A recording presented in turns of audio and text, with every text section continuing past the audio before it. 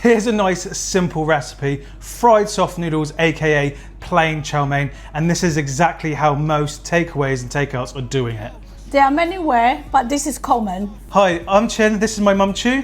If you like content like this, make sure you subscribe, like and comment because it helps us know what videos to make. So we've got some noodles here. If you want to know what brand we're using, comment below and I'll let you know. Just make sure you say you want the noodles because there will be a few times in the video say if you want to know, comment below.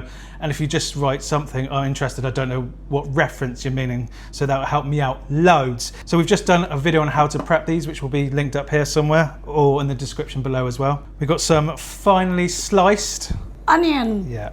Not to forget bean sprout. Yeah. I hate bean sprouts, but I actually like them in chow mein. And some spring onions or scallion. Yeah.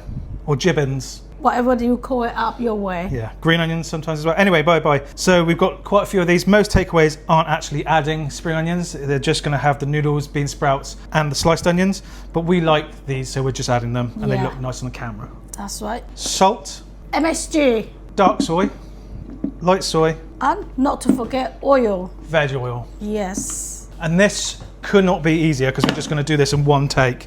Normally we do it all in a couple takes. We do the prep and then we do the ingredients. We're just doing this in one today, aren't we? Yes, we are. So we're going to let the wok get to heat and then we're going to add some veg oil.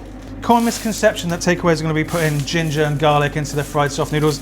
I've worked in many, I've eaten in many, and just the plain fried soft noodles, a plain chow mein, never has a ginger or garlic flavour to it. Because the essence of Chinese cooking is simple is often better. Obviously you can if you want, I'm not saying don't. Yes. Just saying if you want to recreate that Chinese taste at home, don't add it. So when this oil is hot, we're going to throw in our spring onions. No, sliced onions. Brown this off a little bit, then we're going to add a pinch of salt and a pinch of what, Ma? MSG. Add that to the onions, not the base of the wok, otherwise they'll go a weird crystallise. Yes, that's right. And when these are starting to brown off, we're going to get our noodles and place them into the base of the wok. This is really important if you're using a seasoned carbon steel wok, not so much important if you're using a non-stick. Yeah. Some salt. MSG. I'm going to let those noodles sit. That's where a lot of that char flavour comes from. And then we're going to stir this in. Also, letting it sit in a seasoned carbon steel wok stops them from sticking. See, I've turned them, I'm letting them sit again.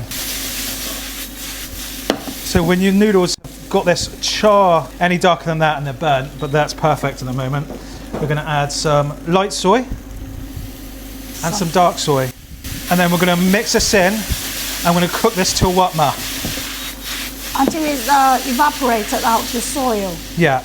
Also, again, letting it stick because that dark soy is going to caramelise because it's quite sweet. Some influencers and chefs on the internet say add a bit of sugar. If you're using like a bitter soy sauce, then you're going to have to do that. But if you use the one that we recommend, you don't have to. It's already quite sweet. See that lovely charring? That's exactly what you're looking for.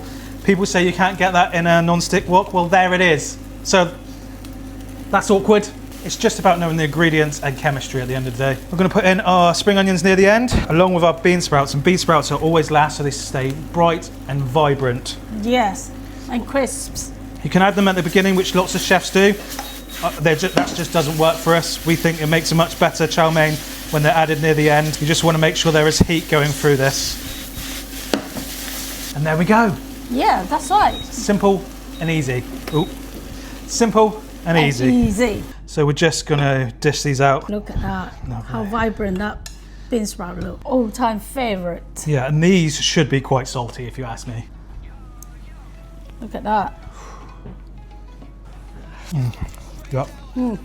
So only thumbs up for this. We've eaten quite a lot today because we've done a fair few videos, so I'm not going to chow too much of this. But it is really, really good. Yes, you can't beat this. This recipe is actually in our first cookbook. We've sold quite a few of these now. So if you want to know where to get these, comment below. And if you want to learn how to cook like a Chinese chef at home, this is a perfect way to do so. We also actually do have an app as well now, which is designed for you to be taught how to become a chef using your own schedule, your own time, but it's a meal planning app as well. So hopefully some of you out there are going to go onto that. If you want any more content on stuff like sides like this, you need to let us know what sides, because people don't ask for them very often, so we don't know what to do. So make sure you do comment.